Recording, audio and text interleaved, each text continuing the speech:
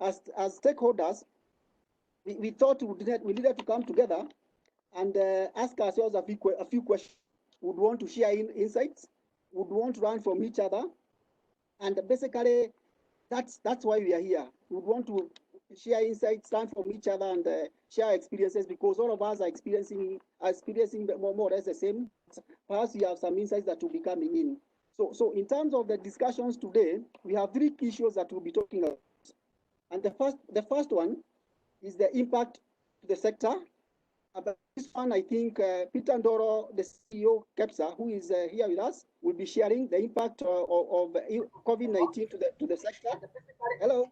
That's why we are here. We want to share insights from each other and share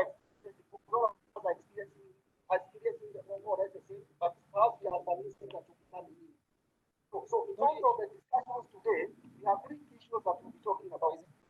And the first one, the impact the sector, and this one I think Peter Ndoro, who is here now, will be sharing the impact of COVID-19 to the sector. Sorry, I can hear some. Hi, Moses. I don't know whether someone closer to you is has joined through YouTube. Kindly check whether your YouTube is on. No, mine is on. Just confirm it.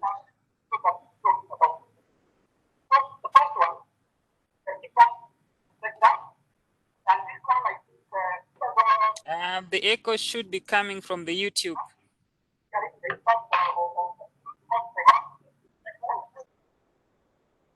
Okay. Moses, hi.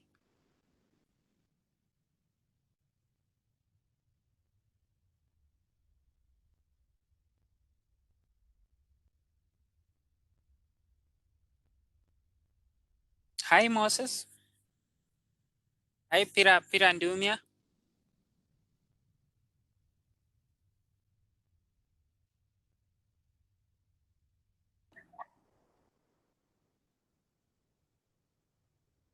Sorry. Moses. Am I audible now? Yes. I think the echo was coming from one of the participants, and once more, kindly ensure your microphone is muted and your video is switched off. Over to you, Peter. Over to you, Moses. Kindly proceed. And if you don't mind, kindly just switch on your camera. Oh, sorry. Moses.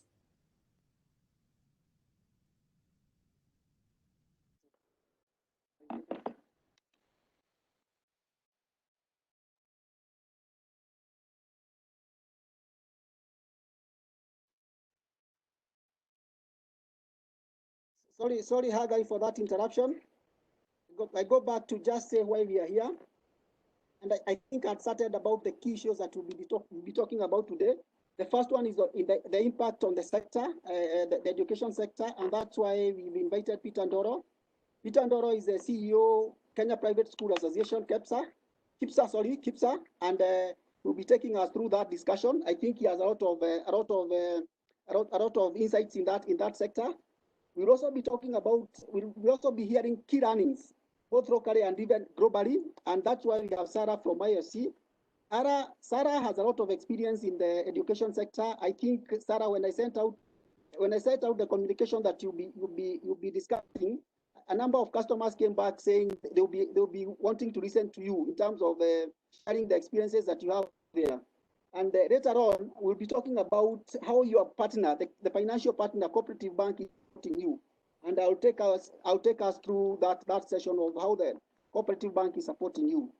I request that we interact, we chat through the chat box, ask questions, and also share your insights. As an investor, you must be having some experiences that you need to share.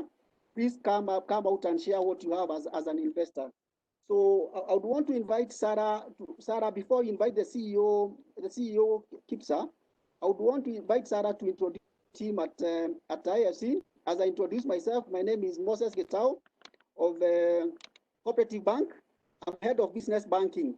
So, and I support all your needs day to day, all the financial needs of the private schools. I support them from the bank.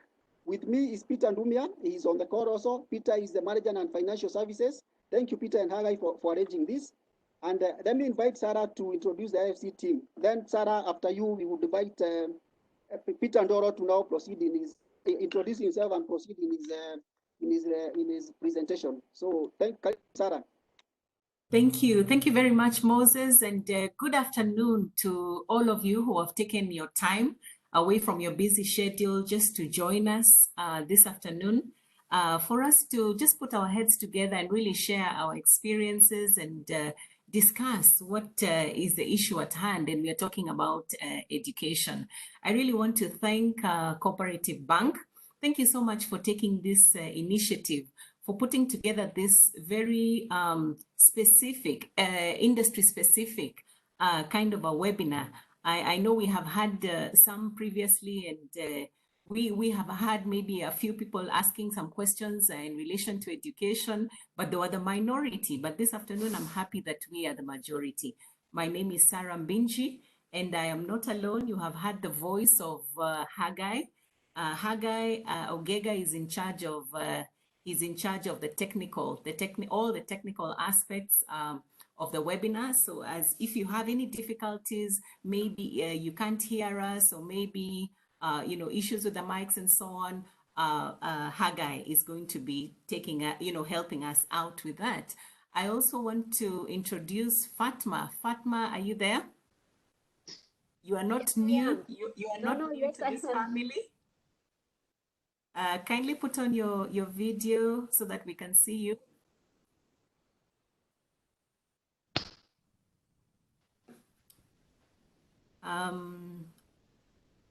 There you go. Over to you, Fatma. Okay, good afternoon, wafanyi biashara. My name is Fatma Elmawi. I am a master trainer with IFC. I'm also not new to Cooperative Bank. I have been working with IFC for over 10 years, assisting SMEs like you to grow your businesses. Karibuni, asanteni. Over to you, Sarah. Thank you. Thank you very much. I'll talk about some of the projects we're able to do with Fatma. She's not new. I'm sure her face is quite familiar. With that team in place, this is who we call the technical team, myself, Fatma, and also Hagai. Over to you, Peter. Sorry, over to you, Moses. Thank you. Moses. Thank you. I see. Let's now invite Peter Ndoro, CEO. Sir, Peter, over to you. Hello. Hello, Peter. Hello. Moses, are you able to hear me? Can you hear me? Yes, I can hear you. Peter, we can hear you. Proceed. Yes. Hello. Hello, proceed. Yes. Thank you very much, Moses, and Peter and Sarah. Thank you very much for organizing this particular webinar. Hello. Hi, Peter. How are you? I seem to be having a lot of challenges in terms of I can hear echo and voices. No, hi, Hello? Peter. I think the echo is coming from your laptop. If you've also joined through YouTube, kindly close your YouTube link. Thank you very much. I'm actually not on YouTube. And Peter and Sarah, thank you very much for organizing this particular webinar. The echo seems to be coming from Peter Ndoro. So let's see. Let me see.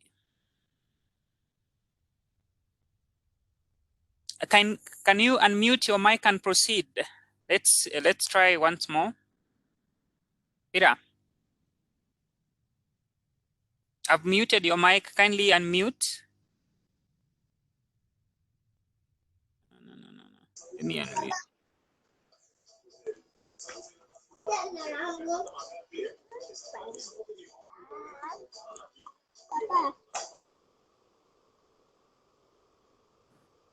Hi, Peter. Kindly proceed. Can you hear me? Yes, now it's loud and clear. I've muted everybody. Kindly proceed. Okay, thank you very much. Sorry for that. I was having a little bit of a challenge, but now I think I'll be all right. Now, I want to take this opportunity to thank the organizers of this particular webinar going to discuss issues that have affected the private sector, specifically the private sector education, in regards to issues of COVID-19. And as it has been said, my name is Ndoro Peter, and Private Schools Association. Now, in as far as this pandemic is concerned, there are issues that I would want to highlight and share with the team about how the basic education sector has been affected and the experiences that the private schools are going through during this period of the COVID-19. We all know that we have private schools across the country that operate and are registered by the Ministry of Education. So far, we have over 12,400 private schools in Kenya that have admitted over 2.4 million learners across the country. And before the pandemic, private schools had employed directly over 288,000. I'm using the word head employed private schools, not employed at this point in time. Had employed over 288,000 teaching and non-teaching staff, and over 400 indirectly in other sectors that range from stationery suppliers, textbook suppliers, transport industry, food suppliers, textile industry, etc., etc. Now, on 13th of March 2020, the first case of COVID-19 was reported in the country. And immediately thereafter, on 15th specifically, the government closed all educational institutions as a measure against the spread of COVID-19. This, I must admit, is the biggest challenge that private schools have collectively faced across the country in recent history. Because all schools, whether big or small, urban or rural, have been affected by the closure of schools as a result of COVID-19 pandemic. Private schools, as we all know, depend entirely on school fees paid for by parents when children are in session and in school for their operational support. So when the schools close, of course, private schools find themselves in a very, very difficult place. Now, this particular pandemic has therefore posed major challenges to private schools. And I wish to highlight some of them that have affected a majority of all the private schools. Can I proceed? Hello? Hello? Yes, Peter, please proceed. Yes, I can proceed? Yes. Thank you. So I want to highlight some of the issues, the major challenges that have affected a majority of the private schools across the country. Number one that I want to start with is the issue of term dates. So far, where we are asking ourselves, and very many private schools and other education sector players are asking themselves, where are we at this point in time in as far as term dates is concerned? Are we in first term? Are we on holiday break? Are we in second term? I would want to answer this by saying and advising our schools that we are not in any of the above. We are not in term one, we are not on holiday, we are not in second term. We are actually in medical crisis break that has not been defined in any policy document, has not been defined in any written law, or even our constitution does not recognize this period when children are at home on a medical crisis break. When we resume schools, where are we going to start from? Where are we going to start? How are we going to go about it? The education stakeholders have had discussions, and it has been agreed that when we resume, we will start from where we left on the 13th of March 2020. So the big question is, what will happen for those who have been engaging on online learning? What will happen? Because during this period, a number of schools have engaged their learners on digital learning. And therefore, when the schools reopen, where are we going to start? We have agreed as stakeholders that yes, for the purposes of bringing everybody on board, our academic calendar will start from where we left when the schools were closed on 13th of March 2020. So the issue of learners who have been engaging in online learning, what will happen to them? Of course, we are saying that they will be revising when other learners will be learning the content afresh. So they will have an advantage. But the most unfortunate bit is that they will start at the same place where they left when the schools closed. Number two, challenge that has affected most private schools is about human resource management in private schools. You know, private schools, as I've said, employ very many staff.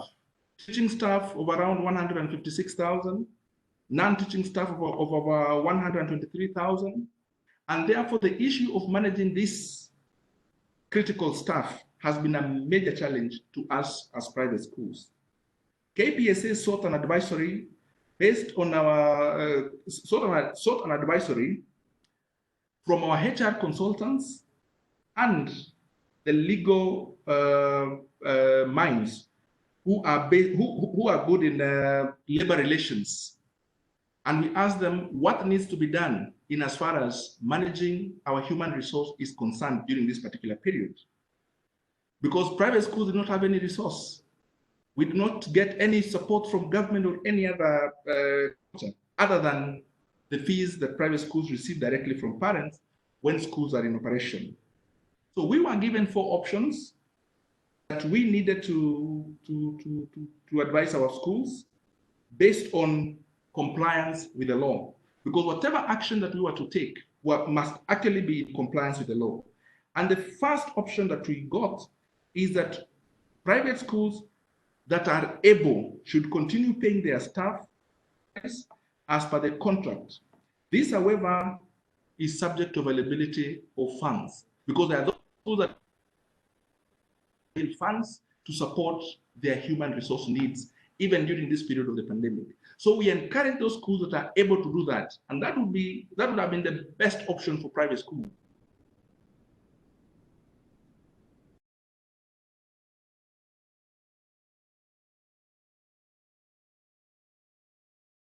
Pay cuts for staff. Because in the event that private schools were unable to pay the full salaries because they do not receive school fees from parents, then of course they have to consider pay cuts if whatever they had was limited. And this option was taken by quite a number of private schools, but unfortunately, this was on the belief that the closure will only take a few months, 1 or 2 months. But now there is a possibility that the closure might take even longer. So that poses another big challenge to private schools. Number 3 on advisory and human resource was about encouraging staff to take unpaid leave. Because this particular option has been taken by very many of our schools. Actually, a majority of our schools has taken this option of asking and encouraging their staff to take unpaid leave. This is because in the absence of resources, then schools cannot continue supporting their human resource function. They cannot be able to meet their obligations in as far as their contractual obligation is concerned. And therefore, the private schools, and within the framework of the law, encouraged and asked their staff to take unpaid leave. And this is an option that has been taken by quite a number of our private schools. Number 4 is about termination of employment. But this one, unfortunately, was only taken where schools were unable to address option 1, option 2, and option 3, the issue of termination. But this has not been pronounced so much in the private sector. And what has been used mostly in private sector is the issue of unpaid leave. Number 3 challenge that has affected private schools is about credit facilities to private schools. You know very well that in the absence of any support from any other source other than fees paid for by parents, private schools have had a lot of challenges, and because of continuous expansion and growth, they have had to take credit facilities from various financial institutions. So as an association, we guided our members on what needs to be done in as far as the credit facilities that are taken from financial institutions is concerned. And I'm happy to report that most of the financial institutions, including cooperative bank that we approached, agreed to reschedule the credit facilities that have been extended to private schools until when the next school term begins. Our discussion on this was premised on the fact that we could not have given a specific date without knowing exactly when the next term would begin. Because when we were engaging financial institutions for this particular consideration, we knew very well that when we were to, if we were to open, we would continue from where we left on the 15th of March, complete first term, close, and then prepare for second term. So that's why we asked financial institutions to consider rescheduling the loan and the credit facility to private schools until when the next school term begins. And I'm happy that a number of financial institutions with us on this, and our members have taken advantage of that particular offer. Number 4, and most critical at this point in time, is the challenge of online learning programs and facilitation for the same. KPSA has taken advocacy on this approach as a measure for reopening of learning by trying to address quite a number of issues. Here we are saying, as private schools, we are not looking at reopening of schools, in as much as that is important, but we are looking at reopening learning. And how can we reopen learning without having the physical contact? We can only use technology. So this has its own challenges, but as an association, we are trying to find ways and means through which we can be able to address those challenges. Key among these challenges are availability of appropriate digital interactive content. We know very well that digital literacy program came into the country, was introduced in the country by the Jubilee government, but unfortunately the uptake of the digital literacy program was very low. And therefore we do not have sufficient content to be able to effectively run the entire basic education spectrum. So for us as Kenya Private Schools Association, we are persuading KICD to expedite the approval process of content by the private developers of the same, so that we are able to make it available to our teachers and our learners. Number 2 is about access to affordable and appropriate educational devices. Without a device, online learning will be an exercise in futility. We know very well that in our households, quite a number of us do not really have sufficient devices or even appropriate educational devices to support online learning. Therefore, what we are trying to do is to find ways and means through which we can be able to access affordable educational devices that are appropriate for our households, learners, and teachers. And we are doing this in partnership with our other partners. Together with the government, we're also bringing in the government so that they can be able to assist us, especially on the issue of taxation, so that we can make it affordable. We're also talking about access to internet to support online learning, access to affordable internet. You know very well that at the moment, internet is very expensive, and quite a number of our learners across the country would have a challenge to sustain online for education throughout the day, throughout the month, throughout the period that will be on this medical crisis break. So we are engaging several partners to see how best can we access affordable internet specifically for education. And we are happy that we are making progress, that in future, in the very near future, the internet connectivity that will be given to our learners will actually be locked to certain educational content, which will be a very welcome move from these internet providers. We also talk about number 4, access to reliable and affordable source of power supply. Here we are looking at electricity and solar sources, because in the absence of electricity or solar sources, in the absence of power, issues of online learning will be a major challenge for our learners. So we have to address that particular issue so that those who have power, how can we ensure that it is reliable as well? And how can we also ensure that those who cannot be able to access electricity can be able to get power through the solar sources that is available? And for us as Kenya Private Schools Association, we are building a solution that will address all these concerns by engaging the government. We are engaging partners like Microsoft. We are engaging partners like Google. We are engaging institutions We are also engaging the content developers so that we provide a holistic solution that will enable us to open learning.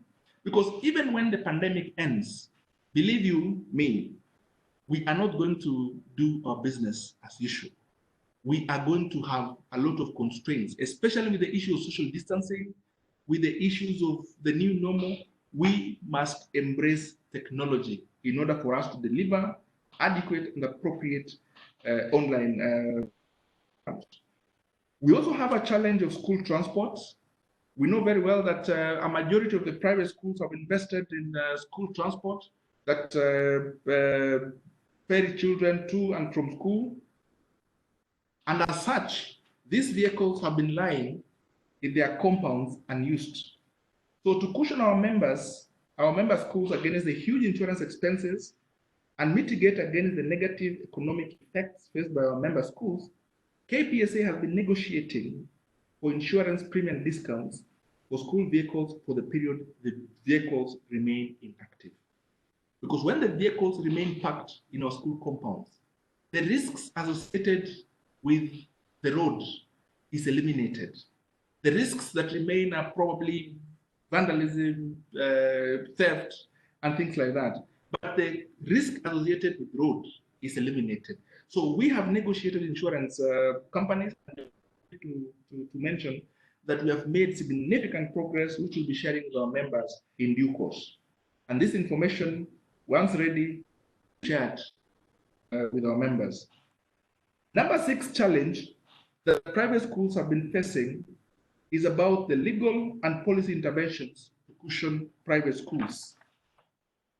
And here we are talking about deliberate and targeted interventions to cushion private schools by engaging the National Assembly and the Senate. We know very well that other sectors have been facilitated through legislation and support, like the other day, the finance bill was passed with the support to other sectors of the economy. We are trying to find out what is it that we can be able to do to access support from the National Assembly and the Senate to cushion private schools. So we are engaging them, and we've had a number of engagements between ourselves and the National Assembly on that regard. Again, we are also trying to talk to the Ministry of Education, the Treasury, and the Ministry of Health so that we can have policy interventions that favor private schools so that we are not disadvantaged. Because we all realize if private schools today were to close, that burden will be shifted to the public sector. And again, to do this, we will also need to engage our other partners, the financial institutions like Co-bank and the rest, to find ways and means through which we are able to support our schools bounce back once the official reopening is announced. Number 7 challenge that the sector that we are trying to address is the back to school protocols. We know very well that the schools will open. We don't know the date or the time when that will happen. But when that happens, there are certain things that must be done. Because with this COVID-19, things will not be done as they have always been done. We are going to have a change of ways through which we do certain things. And we want to look at issues of health and safety protocols prior to, during, and after reopening. What is it that we need to do in as far as health and safety protocols are concerned? What do we need to observe? How are we going to monitor the health of our learners, our staff, and any other stakeholder in school? What needs to be done before we reopen? Do we need to build the capacities of anyone? Do we need to link ourselves with any medical facility? Do we need to employ nurses, for example? What is it that needs to be done? And how are we going to do it? That is something that we are working on, and we are going to build the capacities of our directors in as far as that is concerned. Issues of social distancing requirements for schools. How are we going to address the issue of social distancing? We are being told that for us to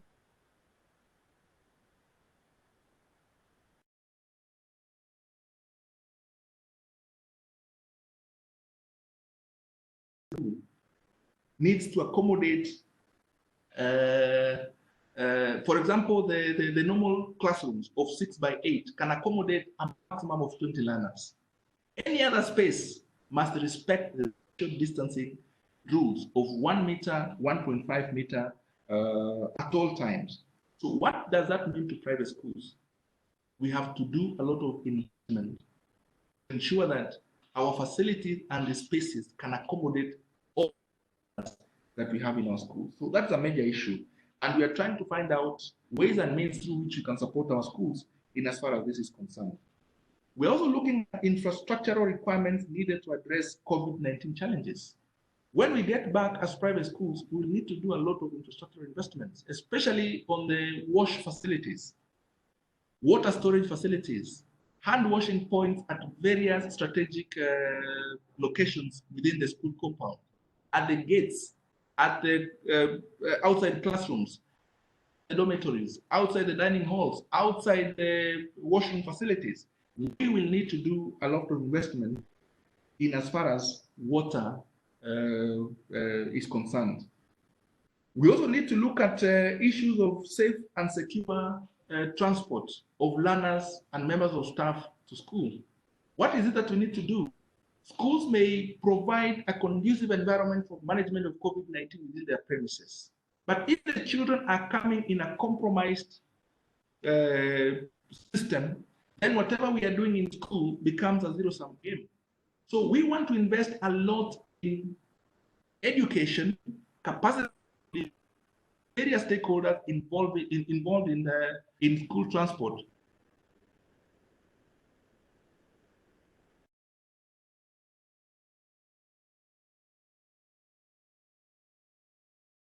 Those who are using organized transport, those who are using school transport, we want to ensure that they are safe as they come to school. And that, of course, will come at a cost. And therefore, we need to put our heads together to discuss ways and means through which we can ensure that our children are safe. Not to mention that even in our school transport, we must observe social distancing. Then we are looking at essential supplies for COVID-19 management in schools. When we open, as I've said, it will not be business as usual. We are going to have certain mandatory essential supplies that must be provided in school. We've talked about water. In as much as we had water before, but water for washing hands is a new normal. And therefore, we must invest in at least 5 liters per learner in school environment.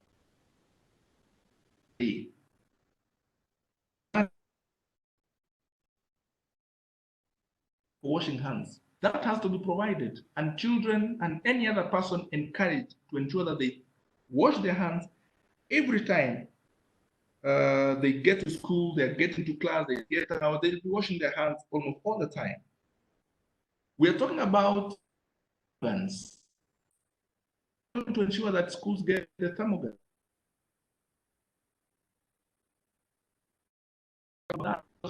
We will need to ensure that we check temperatures of anybody coming to school, our learners, time to time. Therefore, those are some of the essential supplies. Issues of sanitizers, the masks, and other PPEs, those will be essential.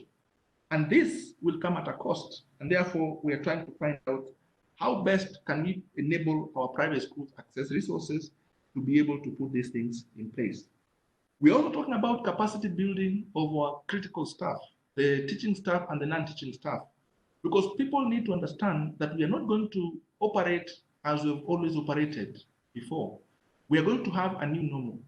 And therefore, each and every person we must sensitize them and build their capacity to be able to apply and observe what needs to be done in order to manage COVID-19 in private schools. So we will need to also invest a lot of our resources in as far as capacity building is concerned. We're also talking about our health systems. What is it that needs to be done? Because this is a medical crisis. It is a health pandemic. What is it that needs to be done in as far as investing in healthcare provision is concerned? Schools will have to devise ways of either having a facility within the school with appropriate personnel or getting linked to a facility within the neighborhood of the school so that they can be able to address emergencies if at all they occur. And this, of course, will also be a cost that private schools will need to incur and also prepare for.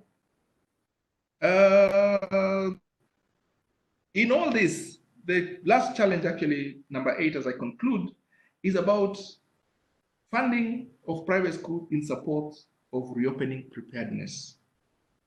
Of course, with the very many things that I've said that that is required for management of COVID-19, private schools will need the support of everybody, all our partners, the people we've worked before, the financial institutions, the governments, to support us in issues of taxation waivers and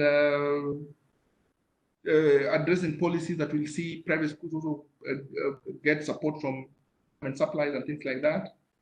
Needs of everyone in order to make sure that this is realized. Ladies and gentlemen, that's what I wanted to prepare to present very briefly in as far as COVID-19 issues is concerned in private schools. Thank you very much. Sante.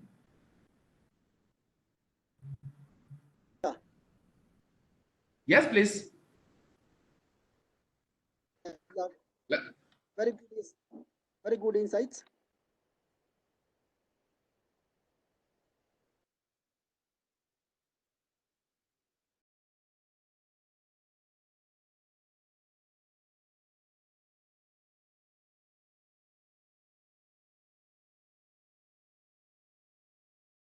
Hi, Moses. I don't know whether we lost you.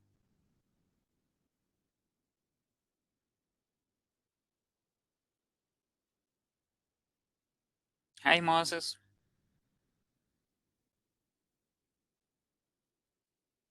Sarah. Hello. Yes, Haggai. Yeah, so I don't know because it seems like we've lost Moses. I think you're next on the plenary. I don't know whether you can start. Okay, he's back. Moses, hi. Sorry, Thank we you. lost you for a minute or so. Sorry, I was just saying, I was done.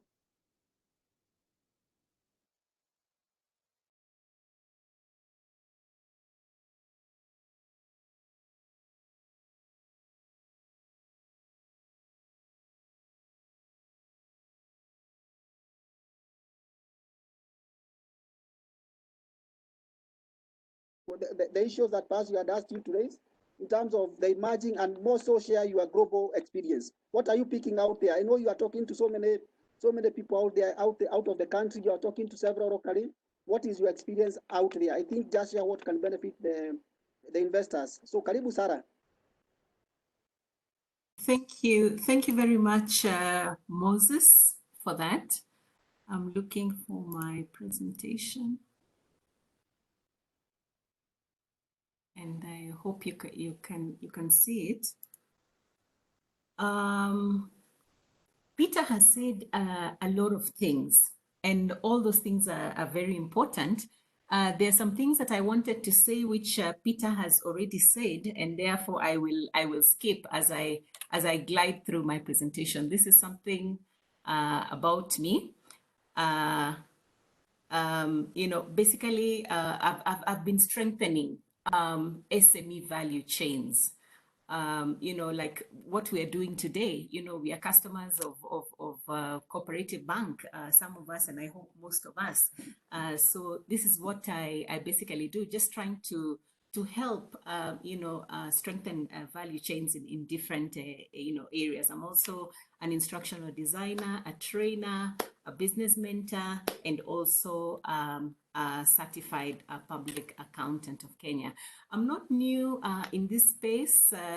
Many of us who have engaged with me, we most probably met through this program. This is one of the programs that I have handled in the past, what we were calling the Schools Improvement Workshop.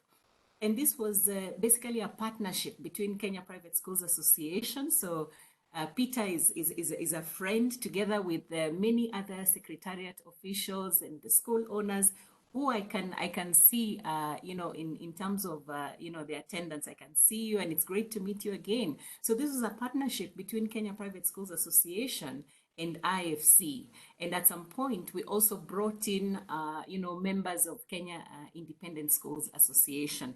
The target group, just as Peter has said, the spectrum and the contribution that we all make in the space of education is actually quite significant, but it is also quite broad. So we were doing basically building your capacity as school owners and school managers. And I can see in terms of participants, we have people joining us from different parts of the country. But these are some of the counties that were able to visit, building capacity in Machakos, Mombasa, Bomet, Narok, Kericho, Eldoret, Kisumu, Kisii, Nyamira. I can see we have somebody from Nyamira, and that's just that gives you an idea of some of the work that we did. Towards the end of the program, we brought in Kenya Independent Schools Association.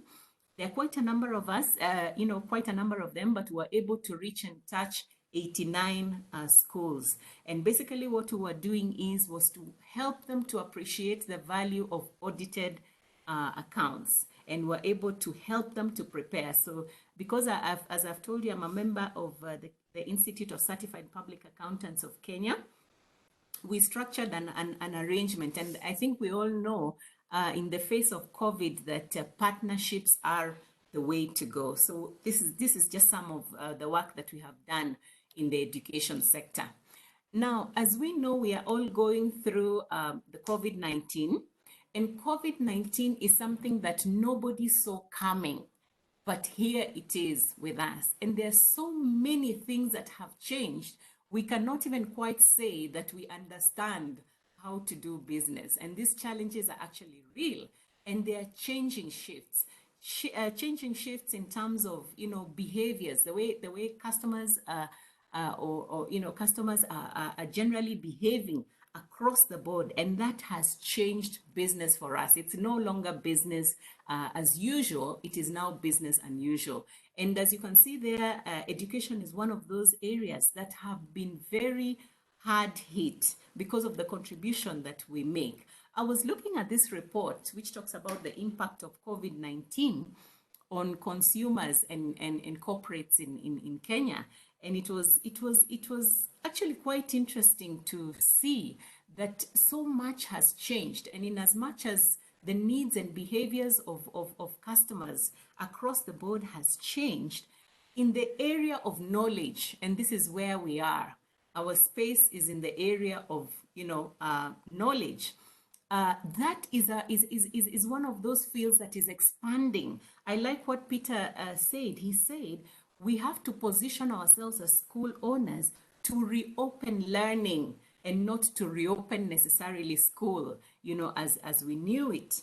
So I would just like to share with you some tips of how you can help position your business to be able to survive and to thrive during this COVID-19 period. And the first thing I want to focus on is that it is very important for you to understand the needs of your stakeholders and find a way of balancing those different needs. And when we think about stakeholders, that is you. That is the school. Your private school is right there in the middle. Now, something seems to have happened. I've lost. Can you hear me, Haggai?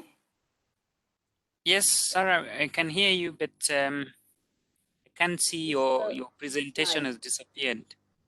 Okay, I don't know what seems to have happened. Let me look for it.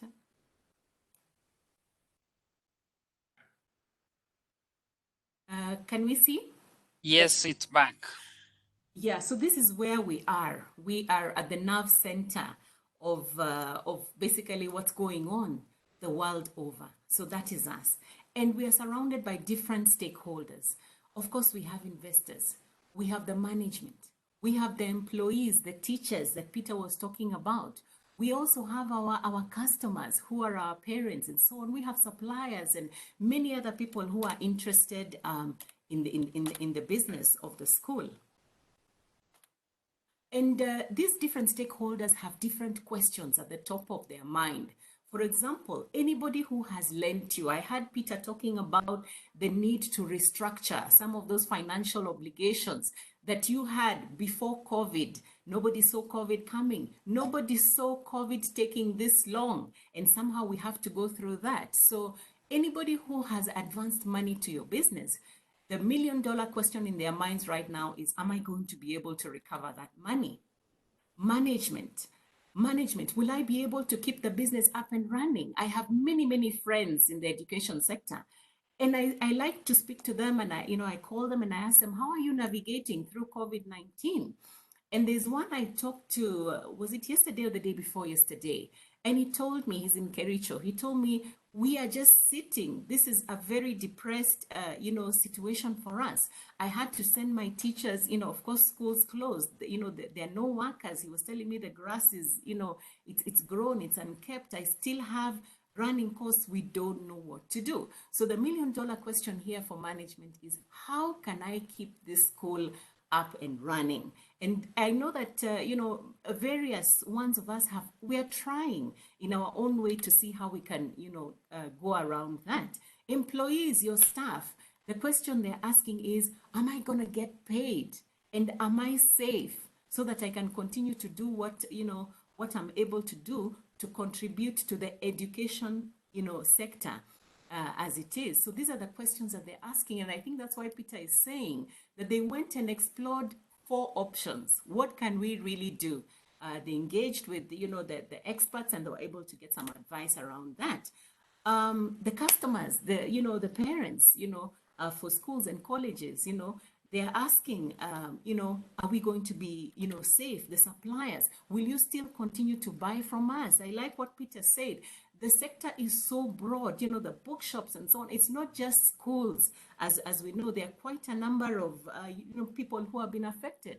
I used to drive around, Mombasa Road, and I would see school buses parked on, in the premises of Isuzu East Africa. They haven't been collected.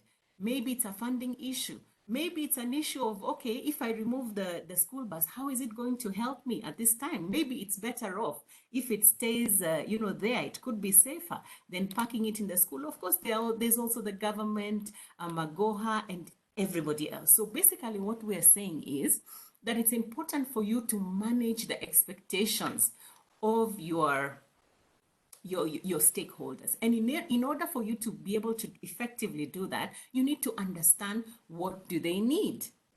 So for example, we have to face the fact that things have actually changed. Actually, the fence and the confines and borders of the school have actually been knocked down.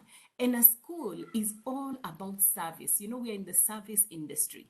So I know, of course, you have made very, significant investments in, the buildings and the classes and all those wonderful things you're doing. But I like what Peter said. He talked about reopening of learning. Why? Because school education, players in the education sector, it is a service that we are offering. And we are able to offer that service even if the schools are closed. So this is what we are calling business unusual. Having said that, of course, the spectrum of, education players is quite wide. There are the international schools, there's the 844, there are the local schools, there are the high-cost schools, and so on. And I just want to share an example of somebody I called, and they told me some of the things that they're doing. Because even before COVID-19, getting payments, because they're, these are members of KISA, and those are really low-end, schools, where in some cases, school fees is paid on a daily basis. You come today, you pay your 100 shillings, you get the service, you go, tomorrow is another day, we'll cross the bridge when we reach it.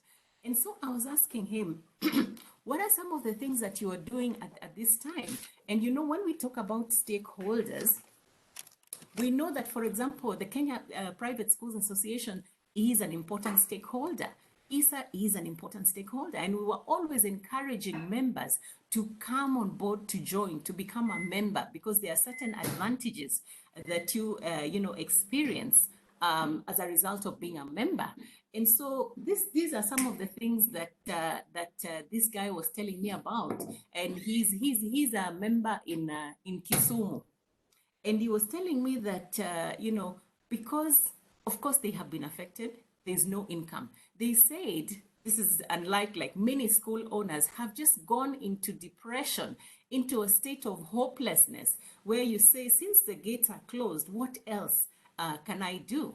But this guy told me that what they are doing is they made an intentional decision not to disconnect from the stakeholders. And they said, who are our stakeholders? Because as we all know, a school is a very important member of the community in which it operates. And so they said, look, even if we're not able to get income, what else can we do? And they told me these are some of the things they're doing. Number one, they got together as members of KISA, Kisumu branch, and I got his permission to share this, this story with you. And what they did is, number one, 4 things they did. Number one, they got into a partnership. They identified a business person in the area, and they went and bought some items from him, highly discounted. They bought 1,500 bales of unga, 560 bales of sugar, 47 sacks of rice, 90 kilogram sacks. And they took these items and they distributed them in the community that they are operating in. Can you imagine? And not only that, they got a list of the most needy students in that area, and they agreed that every week these students would come and draw some provisions. Isn't that impact? I mean, is it all about money? Secondly, what they did is they got into a partnership with UNICEF so that they can get food supplies and clothing. And they're getting those items and distributing them in the community. Remember that what you do during COVID, people will never ever forget how you handle them in the face of COVID. So don't forget your customers. Don't forget your bankers, your investors, and so on. It's important that you keep the communication channels open. The third partnership they did is they got into an arrangement with Nyando Social Service Center. And in this center, what they did is they discovered that in COVID-19, a lot of young girls were getting pregnant, early pregnancies, STDs, STD transmissions, and so on. He tells me that it is quite severe, it is serious. And so what they decided to do is to open up the school, the gates of the school, and to use the school as an outreach. And they have set up desks there. They have opened the school. They have told the community, if you have any challenge in this area, come and let's talk. And what they're doing is they are rehabilitating. They're talking to these girls. They're providing counseling, psychology, and so on, and then sharing their success stories and using these girls to transform the community at this particular time. Another thing those schools did is, of course, they realized that the teachers have been affected. And the teachers are very, very an integral part of the school. And of course, you want to keep your teachers even when school's open. And what they did is they went and negotiated with the Ministry of Devolution. They negotiated with them to engage the teachers in small jobs and contracts. And that way, they're able to keep the teachers, the economic livelihood are still up and running. There are many, many examples. Time fails me, but I need to go on. The big question, the big thing that I'm sending to you is identify the needs of the stakeholder. Keep those stakeholders in communication. As Peter has said, there may be, of course, we know that everything has changed in the business environment. Don't keep quiet about it. Reach out to the bank, talk to them, but reach out to your parents and talk to them. Of course, we have seen in the news a lot of things, going on. People, school owners and schools have been attempting, to do some e-learning and trying to charge, a price for that. And the question is, how much is enough? And I'm going to touch on that just a little in the next few minutes. So you need to keep those, stakeholder groups, you need to understand their need. I heard a school saying, we are charging this amount of money for online learning. And when the parents asked why is it so expensive? The school told the parents it is because we are cushioning our teachers. It is the truth, but you are telling that fact to the wrong person. Of course, you're cushioning your teachers, but you need to package your communications in each of these stakeholders in a way that is not repulsive, because the parents felt, okay, you want to cushion your teachers, but what about us? Who is cushioning us?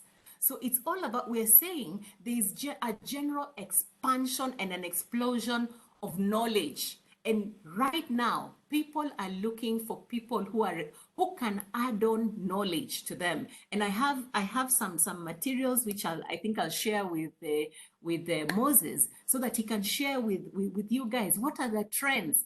People are saying we need knowledge. So the fact that you have tried, maybe it is because you didn't cost your service properly. It didn't make sense to that customer. And that's why I'm going to help you with a few more tips. Tip number 2, we are saying it is business unusual. Something has changed in the environment, and that thing is called COVID. Now, for example, if you had, like, for example, I love to cook. So I cook and I set up, my table with all the choice foods, and I have invited you, or my visitors, you have come over. And then there's, a sudden change in the weather and strong winds, and they upset the table that I want to, to use to set up my food. Would I still continue to set up the food that I have prepared on a table that is wobbly? No, it goes without saying. And what we are saying is, I need to do something. So I have invited you guys, you are guests, you are coming. I need to tackle that situation. And this is where I would have to be forced to get something to support the table. And that support is what we are calling a pivot. A pivot, egemeo kwa Kiswahili. So what are you doing to create some kind of support for your business? And this is where we are saying we need to again relook at our model, our business models in the way we are running the school. We are saying times are changing. And these are the words of Bruce Lee. Bruce Lee says that the stiffest tree is most easily cracked. The one that is very stiff is very easy to crack. But the bamboo or the willow, it survives how? By bending with the wind. And so for you as a business person, you are running a school, and that's an important contribution that you're making. But are you bending with the wind? Or are you still set on this is the way we have always done business? What we're saying is that we need to adjust. And what we're saying is, I know and I respect the contributions that you have made in terms of, in the schooling sector. But what got you here yesterday may not necessarily get you into the future we are going. I mean, Peter said term dates have been thrown up into the air. Nobody knows. When are we going to open school? When are we going to resume? When are we going to continue paying our loans, and so on?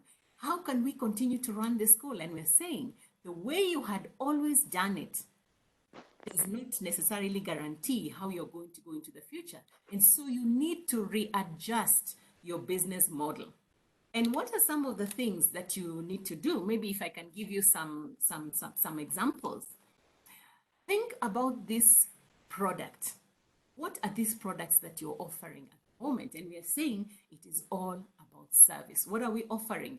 We are offering education. Education is what you're selling, not the structures in your school, because those ones, we can't access them. Really, doesn't matter. Sorry, with due respect, all those beautiful investments that you have in the school now do not make sense to us in the face of COVID. So basically what you need to do is to look at what are you trying to do to provide a service. And what is that service? Called education. Now, it can't be the way it used to do. I mean, like Fatma and I, we were also doing classroom training. But we have had to change and adjust our business models. We never thought there would be a day when we would be, actually just talking to the wall. And yet you are able to reach and touch so many people. As I can see, we are so many people in the room. So what we are saying is you need to be clear in your mind. What is the key service? What is a key product? And then what is an add-on service? So in as much as we are saying e-learning is not about spending the whole day on Zoom, on the screen and so on. What are some of the things that you can do differently? I was talking to one of you the other day, and she told me we are doing things differently. And that's what adjusting the business model is all about. And she told me that they are doing PE, physical education.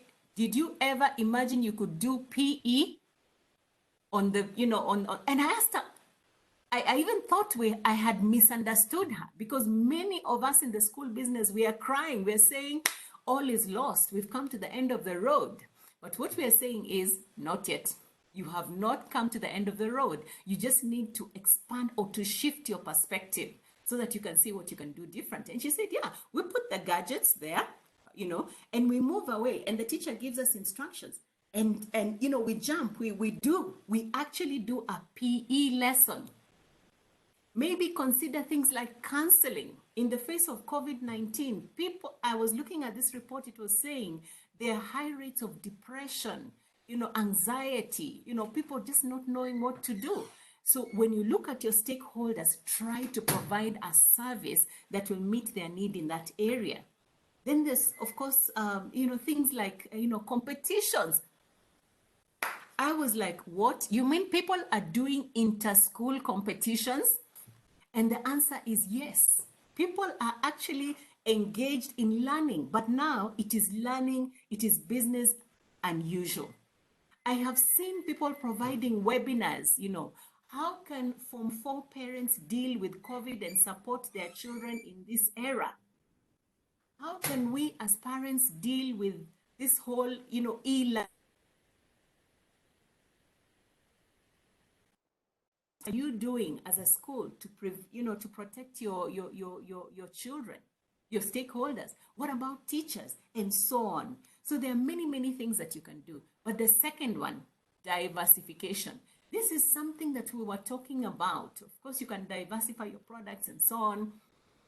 But the schools who are, being cushioned right now during COVID, even if you had, Peter said, there are some of us who have financial might and we can continue to pay the payroll, no problem. But that's unfortunately not where many of us are. An issue. That means alternative, income generation was key before COVID, but now it is even more critical. And the schools that are at least trying to, make strides, because right now it's all about cash. Can you put cash in your pocket or can't you?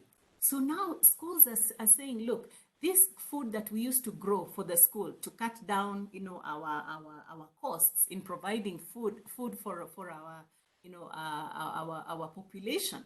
How about shamba ni ile? So now you grow those crops and you sell. At least you're able to put something in your pocket.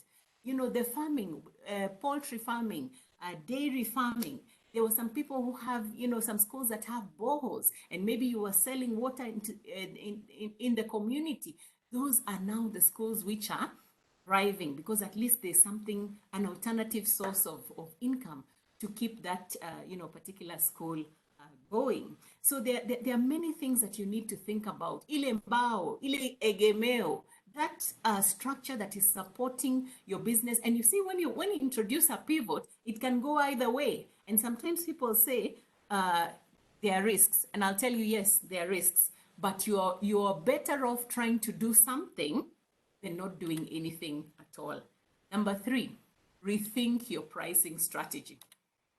This is now where we have been treated to drama, where we are seeing schools being taken to court, and it's so unfortunate when your stakeholders take you to court. Why? Because of a pricing issue. So when you're looking at, because you see, this is a product, this is a new product. We have never costed e-learning ever.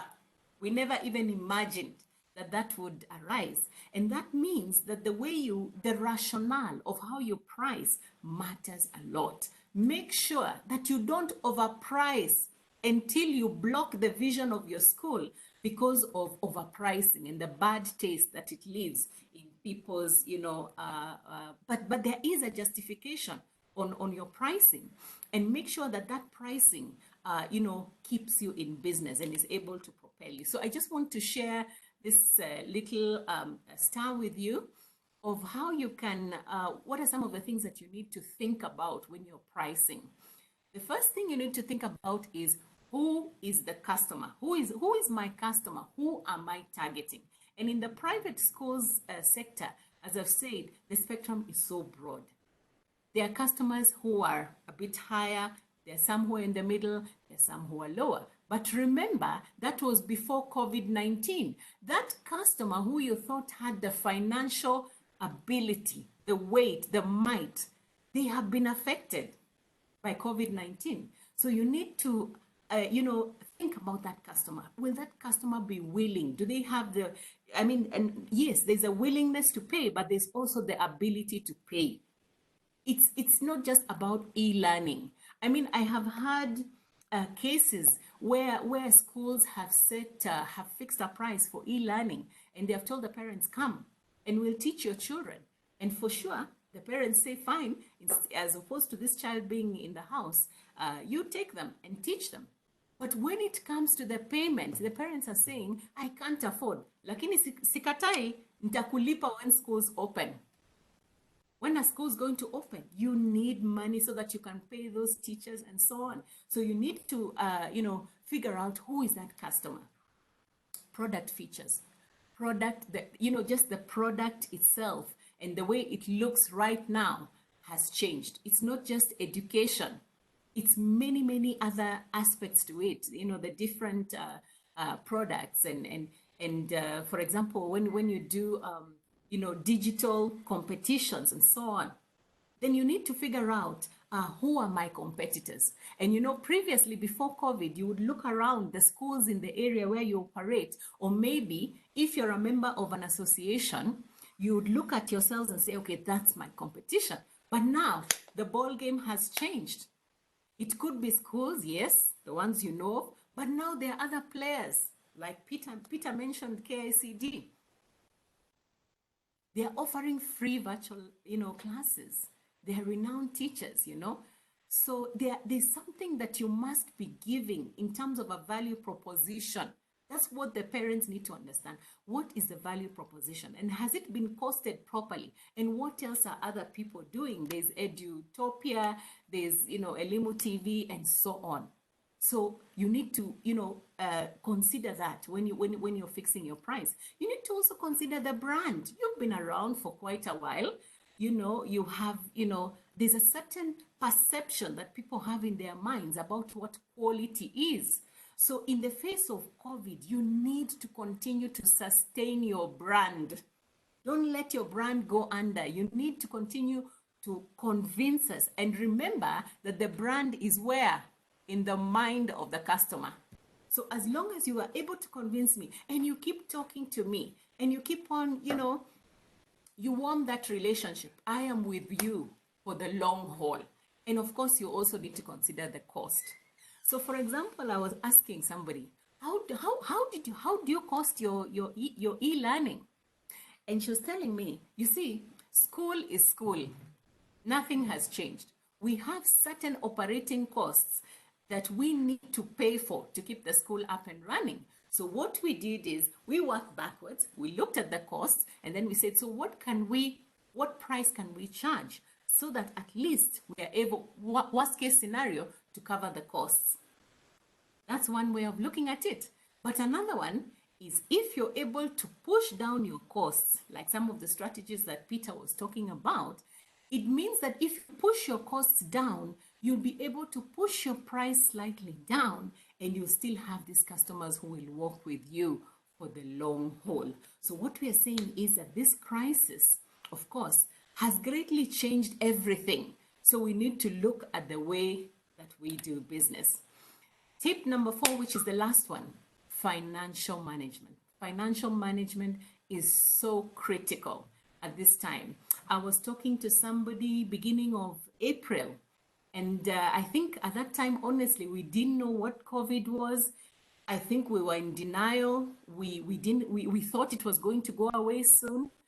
And March seemed like, I mean, May seemed like such a long way, ahead, like into the horizon.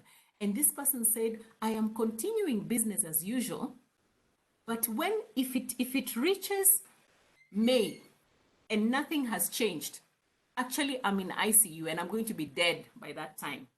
But the thing is, you don't have to wait for that. May ilikuja na ikaenda. We are now, in July. So what we're saying is financial management is very, very important. Try and look for that extra shilling that you can put into your business. You see now, ukweli wa mambo, tunabembelezana. Unabembelezana na huyo customer, with that client, so that you can at least do something that can put something in your pocket. And then we are saying supplement that with other things that you can do to add on. So try and increase your cash inflow and try and control. Jaribu kufinya matumizi yako. And then of course there's also credit management. In fact, there's a misconception. Sometimes, people say, but the government said, go slow, don't list us, CRB and so on. Credit is not going anywhere. You have to manage it. It's really just a soft landing pad to help us to do better.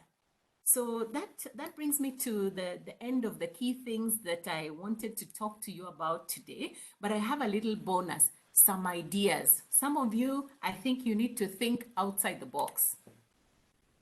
This is an example.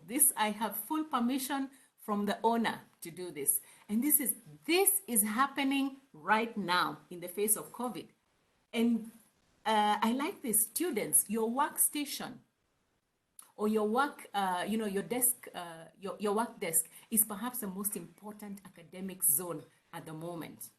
So try and set it up in a perfect, try and give us ideas. And what they're basically asking is just record a little video and show us your workspace. And when I looked at this, I was so excited because the fact that students are not going out of the house, some of them even appear for online learning with uncombed hair, they haven't brushed their teeth and so on. And yet your workspace is such an important, part of your life, and you spend quite a lot of time there. So these are just some ideas to show you what people are doing. This is a Dawamu school, and I love this. It's a poetry contest, and the theme here is COVID-19, and there's some rules here. Write a poem. Should be in English, Kiswahili, or French. And there are some rules. It must be proper English, It has to be the original. I love this. Did you ever imagine that we would be having competitions in COVID-19? And these things are working. Another one, a talent competition. Dawamu, for example, has branded themselves as, being leaders, and these are just some ideas for you. Holding these webinars. This one, for example, was done by for fathers. So yes, I know you are targeting the student and of course the father because of the money that they're going to give. But what about that father? That father is so stressed out. So survival skills for fathering in COVID-19. And then there's also something there for the moms, managing technology at home. What are some of the things that you can do? So these are the additions. What I'm just trying to do is to open up your mind to see what other people are doing and something that will be useful to you. Remember how you behaved during COVID. We are not going to forget in a long, long time. One day, COVID will be behind us. It will have changed, reset the way we do things, but we won't forget the way you handled us. And that brings my presentation to an end. We've talked about, finances. And I want to hand over to Moses because I know that there's something that he wants to say as far as money matters are concerned. Peter said we need gadgets, we need access to internet, we need essential supplies, we need funding, for there's so many needs. So I want to hand over to Peter and sorry, to Moses, and Moses will tell us what are some of the things that the bank can do to help you at this time. Moses, are you there? Over to you. Can anyone hear me? Fatma, Hagai? Thank you, Sarah. I hear you. Okay. Karibu Moses. Thank you so much, Sarah, for those very good insights. I think it was worth investing in that session. I know we are running short of time, but I would want to share briefly in terms of the support now, the financial partner, your financial partner is offering to the education sector, the private schools, the support that the bank is offering. Hagai, if you can share my presentation. Hagai? Yes, Moses, I am. Let me share. If you could share my presentation.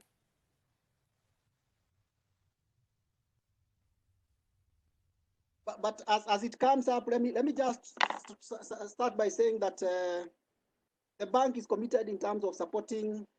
Thank you, Hagai. Cooperative Bank is committed in terms of supporting the investors in the education sector.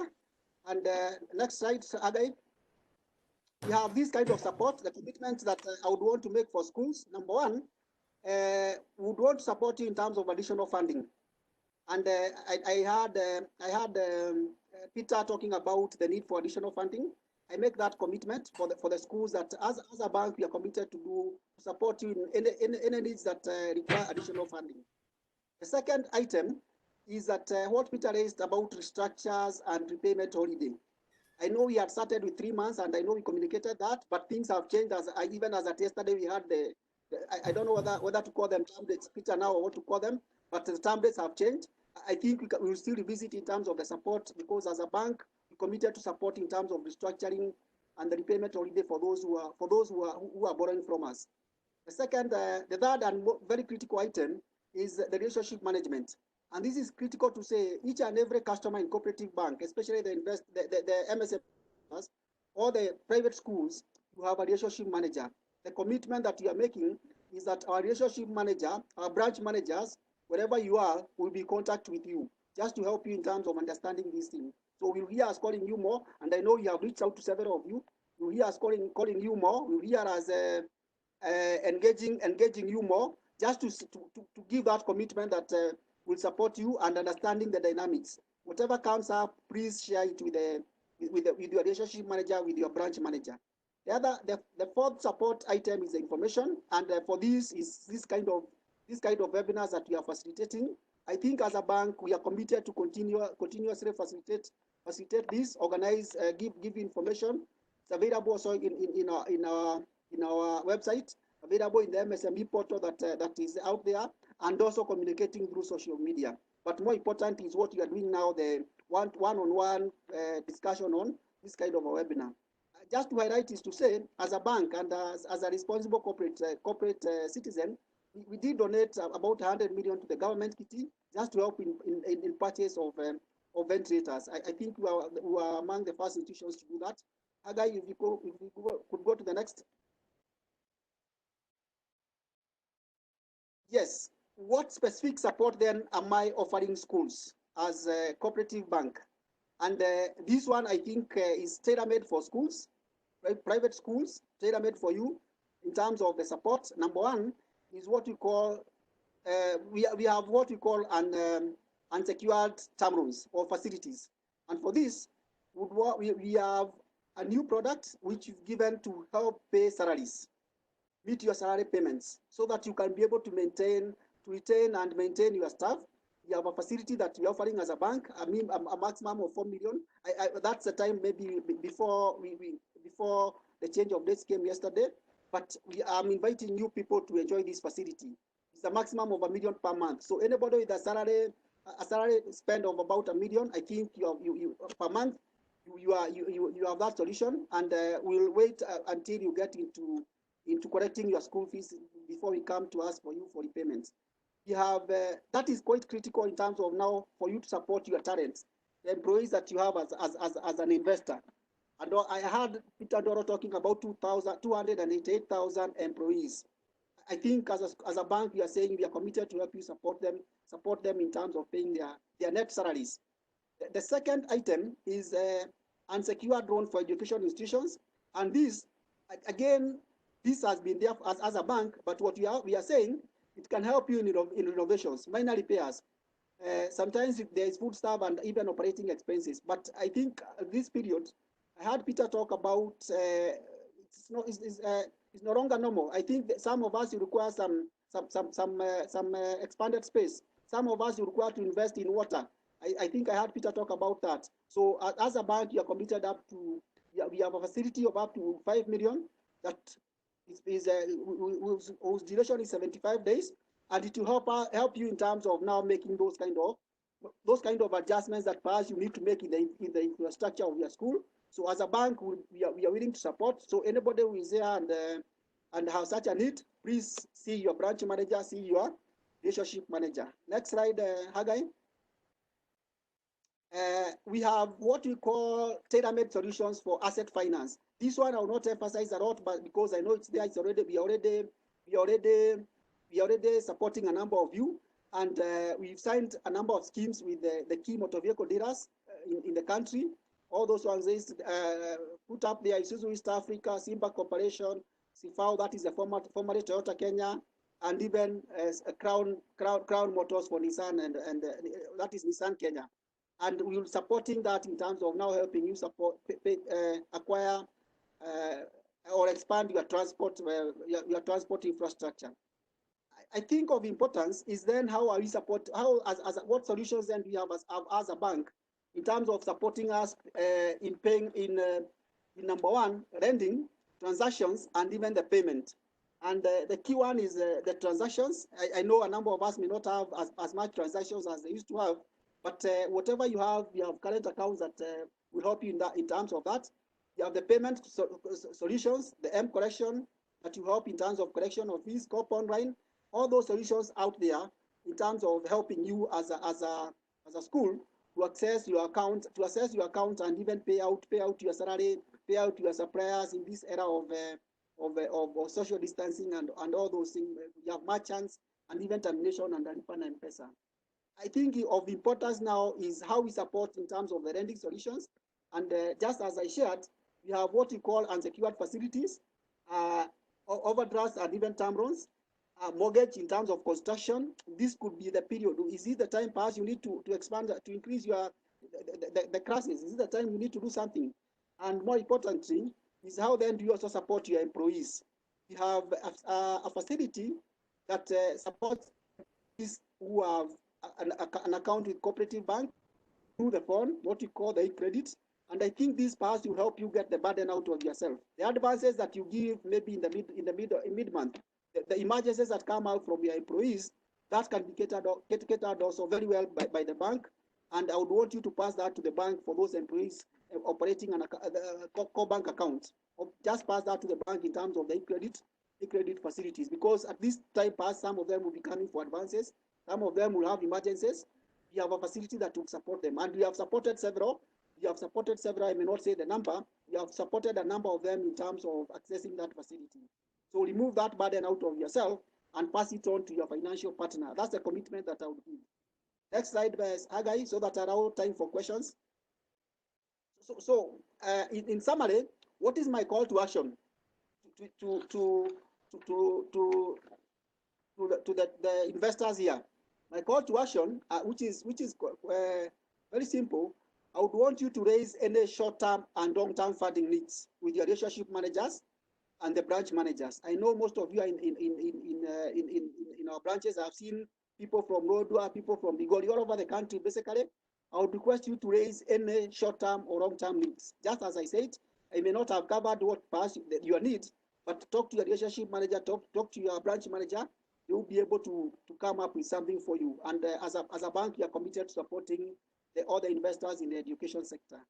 I think the second request is engage your relationship managers on the branch manager for more information. So if there is any other information that perhaps you require, we'll be sharing, including the materials that you've gone through today, the presentation by Sarah, the presentation by Peter. We'll be sharing that, and just we'll pick it from your branch managers. For those who have given us the email addresses, we'll send through your email addresses. And I think the third one is to share, to ask you to register for payment solutions, because this is a time now you need to collect through. Nobody is paying cash. Nobody is collecting cash. I think very few, even as a bank, we are receiving very little cash now. So people are using alternative channels. So register and collection, register OCOP online, so that it helps in terms of collecting and transacting even into the future. And I think my last point is to say, let's keep close to the relationship manager and also the branch manager, and update them on any emerging issues in your schools. Anything that is coming up, as I said, any support that you want, any information that you want, and those people will be able to support you. And I think the last one is asking us to keep safe.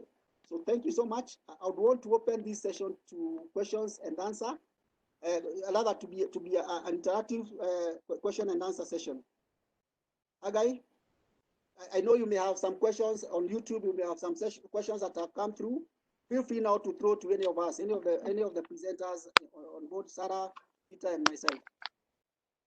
Yes, many thanks, Moses. As I filter through the YouTube chat box, I know Fatma or Sarah is also managing WebEx. So one question that I recall, Peter, Moses, a client was asking whether CoBank is willing to support development of online materials. Over to you, Moses, as I look for any other question. To support of development of online materials. Yes, online materials to support e-learning. Support e-learning. A good question. As we proceed, maybe I'll answer that as we proceed. Hagai, ask the next one will be what? What is the next question? Fatma, Sarah, did you pick any? We thank you, Hagai, and thank you, Banandumia. We actually don't have questions per se. What we do have is a lot of people appreciating the very, very informative session. In fact, I have one here from. Where are we going to have questions? Oh, please put the questions on the chat box and we will pick them up. Oh, okay. Write them in the chat box. What I have here from Faustino Diambo is to say, thanks, Sarah, for that great presentation. I love the engagement part of the kids bonus. I also like Sylvester Safaris telling us this is very good and informative discussion. We've asked people to put a key learning, which has not happened at the moment. I also got from Sylvester Safari saying, thanks, Sarah. Today's discussion has been a learning point for me and my staff. We as an institution and what we can do during this time of crisis. So basically, people are saying they love the presentation. They love the fact that both Sarah as well as Ndoro, you have given them very, very insightful information which they need to work on.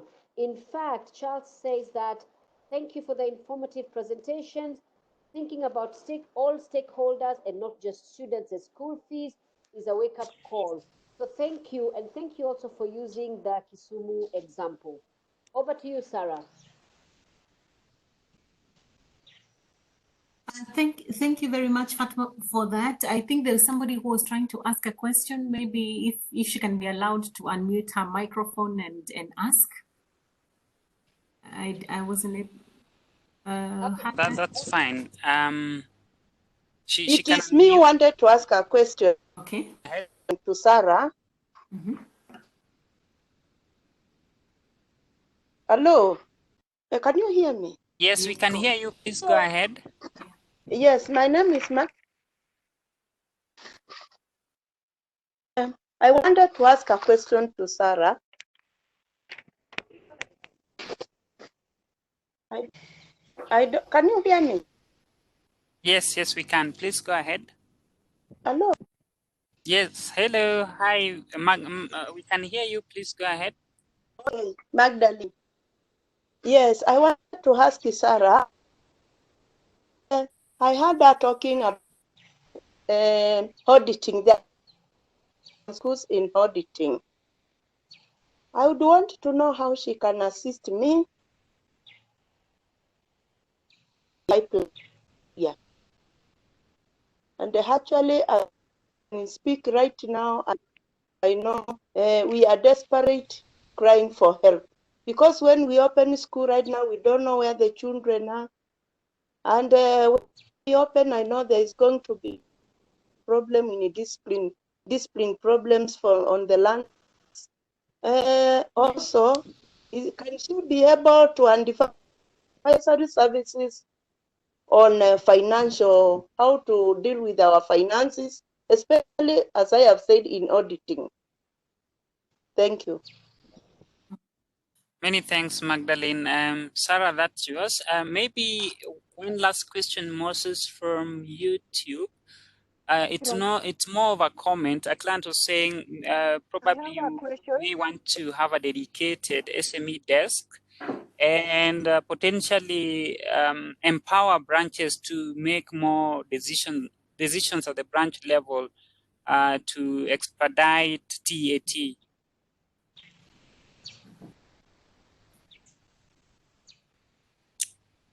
Sarah, would you want to go first, or Moses? Sure, I can go.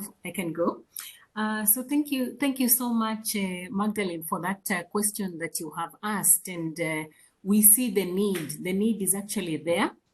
And thank you for the good work that you're doing in Mukuru. And sometimes because we are so focused on, that passion that's driving us to business. And I know that as school owners, this is a big challenge, just trying to juggle everything, providing that education, just making a difference in the community. And sometimes some of this management aspects actually come into the to the fore, and they are actually very important, and that's why we have professionals and so on. But we identified that need when we were doing this program, the school improvements program that I've just talked about, where we were trying to help members of Kenya Private Schools Association, and also trying to help members of KISA. But however, that project came to an end, but the need is still there. So my advice to you, Magdalene, is number one, make sure that you are a member of an association. That's very important, because this service we provided was actually for free for the beneficiaries. Why was it free? Because they just happened to be a member of the association. So in fact, if COVID has taught us anything, it's about identifying who those key people are to you, your networks, and making sure that you manage them, that you warm them, because you never know. That's number one. Number two, because of number two, I believe I had Moses saying that part of what they are doing to reach out and help you as customers, and I know we also have people in the webinar who are not necessarily COP customers, but I heard him saying that they're putting together non-financial services, this kind of webinars. Magdalene, stay on the lookout. And when you hear, because we are doing a lot of capacity building right now, because we know that you need it. So when you get those invitations inviting you for a webinar, don't even take a second, don't think about it twice. If you're available, share it, make sure you log on like what you've done today, and tunasaidiana kwa hii safari. So please keep your ears open, to what's going on, and plug in. And then thirdly, I think we have had your request. There's so much going on at the moment. There's social distancing and so on, but it doesn't mean that it cannot be done. So Find your place within the association, become a member, engage. When you hear that there are webinars, just go in and you might learn a few things that can help you right now. Asante sana. Thank you. Thank you. Thank you so Sarah. much. Thank you, Sarah. Magdalene, I think further to, let me start with Magdalene. Further to what Sarah has said, as a bank, I would want you also to, Hello? Magdalene, further to what Sarah Yes. has said, as a bank, I would Yeah. also want to say that get in contact with your relationship manager, the branch manager, the person that invited you on this call, so that they can give you further advice in terms of what support they can offer. So get in touch with the relationship manager and your branch manager, the branch you're operating in. Now coming back to the second question, the issue of the support on online programs. Yes, let me admit, as a bank, we've not thought through. I'll pick that as a thought in terms of how do we support the development of online training materials. I think about that. This is part of the journey, and that's a kind of feedback that perhaps we value in terms of what we have received as a feedback. So I commit, we'll navigate through to see how we can support in development of online material. The issue of that issue, which I think came out of Peter's presentation, and I think it's important I highlight, is the issue of insurance, about the idle assets, the idle motor vehicles now. The investments that you have made, and as a school, on school buses, you have paid past insurance for a year. Through our partner CIC, we have a solution called Raid Up Motor Vehicle Cover. Laid up motor vehicle cover, and for those who have motor vehicles invested, rather issued through Cooperative Bank and CIC, I would want you to see your branch manager, the relationship manager. They'll offer you that solution, or perhaps advise you on that solution. Laid up motor vehicle. I don't want to give a lot of details on it, but it's there available in our branches, and you'll ask them to support you. So please see your branch manager or the relationship manager. Ask them about the laid up motor vehicle cover, a cover that you have between ourselves and insurance partner CIC.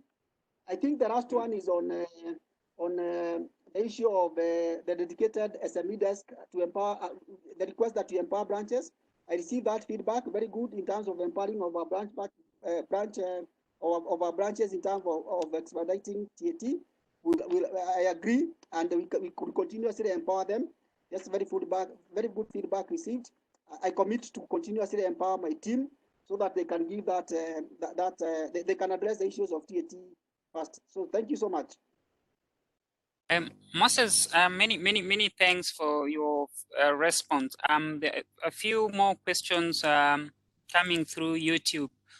Yes. One is around the interest rate. So our client is asking, what rates should we expect the bank to charge on these facilities during COVID? The other question is around the tenor. A client is asking, so, I mean, given the COVID situation, revenues are affected. Should we expect more stretched repayment tenors? Yes. And interestingly, a client is asking, so yes, you're offering a lot of goodies, but how do you expect these monies to be repaid now that we are not earning any income during the period? Exactly. Thank you. Over to you. Very good questions, Haggai. And let me start with the last one. How do you expect this money to be repaid? And I think one thing is to say, we have committed to say until the schools get back to operations, and that's why even the restructures that you've done, you said until schools get back to operations. And as I said, is a support until you get back to your footing in terms of school fees questions.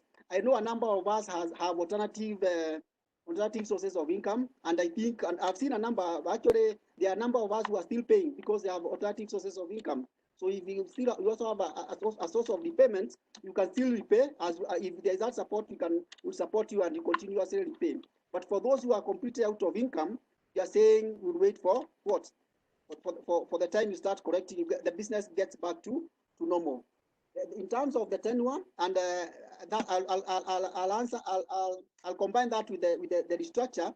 Earlier on in my presentation, I talked about restructuring our facilities.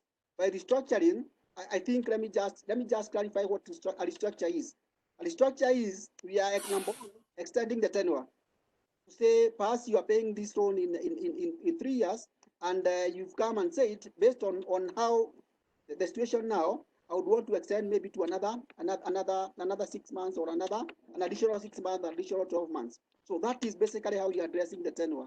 So if you are, I don't know how it turns out now that that the terms the school terms may change, but we're willing to support even extending. I know a number of schools have come. I can see a number of them here. But we have asked for repayment. We have suspended that payment up to January next year. We have a number. Majority had suspended up to September, but if we are completely out of income, if whatever came out yesterday continue is a situation, Peter, we are willing to support you to extend up that rather to hold up to January. Interest rates, we are a regulated institution by central bank, and our rates are the market rates. We current at, I think, 12.8%. And I know, looking at the government efforts, the central bank efforts, I think a lot of it has gone in terms of lowering the rates. And whatever, if the rates change to the lower, we lower, even for the existing facilities. So the interest rates, I say we are a regulated institution by the market. Thank you, Hagai. I think those are the 3 questions that came through. Yes, many thanks. Sarah, Fatma, any additions? I know we've gone over time. To be honest, Banandumia has already spoken about, because the questions we have are all around the cost of credit, and I believe he's taken that question. So we are good. Thank you. There's a question I see here. What do you have? This is directed to Peter. Kenya Private Schools Association CEO. Do you have plans to have a collective savings plan or SACCO arrangements where members can borrow at affordable rates? Yes, thank you very much. I see that question, and I want to mention that some of our members within the different branches across the country have circles that they have already formed and is currently operational. But at the same time, the KPSA national office is in discussions to find out how best can we reorganize ourselves and ensure that we have a dependable system that is able to accommodate and offer affordable credit to our members. So that discussion is perfectly within the head office, and it is being discussed. And as soon as it is done, now that COVID-19 is here and has taught us quite a number of things, it's a discussion that has to be expedited. There is a plan for that. But currently, as we speak, we have SACCOs within the Kenya Private Schools Association in different branches across the country that operate SACCOs within the branches. Thank you.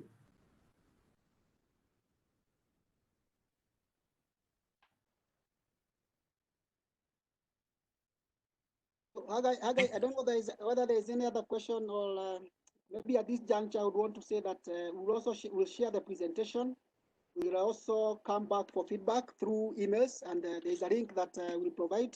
Is it provided? We'll share a link that perhaps you can give feedback, and it will be important to tell us maybe what other kind of discussions we want to enter into, what other stakeholders would you want to bring in. Today we brought the Kenya Private School Association. What other participants would you want us to bring in maybe into the next sessions that we'll be arranging? Our commitment as a bank is that we'll continuously hold more. They are not only to schools, we have several others, and I see a number of other business people around on the call. So please continue joining us. And as Sarah said, this is the only way to learn from each other, to share experiences, and also get that feedback for all of us. So thank you so much, Hagai and team. Thank you. Many thanks, Moses. I think any additional questions shall be handled directly in the interest of time. So many thanks to you all for making time to attend and for participating and interacting during this webinar. Again, as Moses has said, we encourage you to participate in the upcoming webinars, and the bank would advise you on the date and time. Many thanks. Sarah, anything, or we close it at? I just want to say thank you to all our participants for finding the time to come on board, and I'm sure that you have picked something that will help you, and we wish you all the very best as you navigate through COVID. Asante sana. Thank you very much. On behalf of Kenya Private Schools Association, I want to appreciate CoBank for organizing this webinar. It has been very informative, and I want to confirm that we want to have more and more of this, discussing different topics. We really appreciate and don't take it for granted. Thank you very much. And for our members, thank you very much for participating in this webinar. Thanks. Okay, many thanks to you all. Please feel free to leave at will, and enjoy the rest of the day. Goodbye. Thank you. Bye. Kwaheri. Very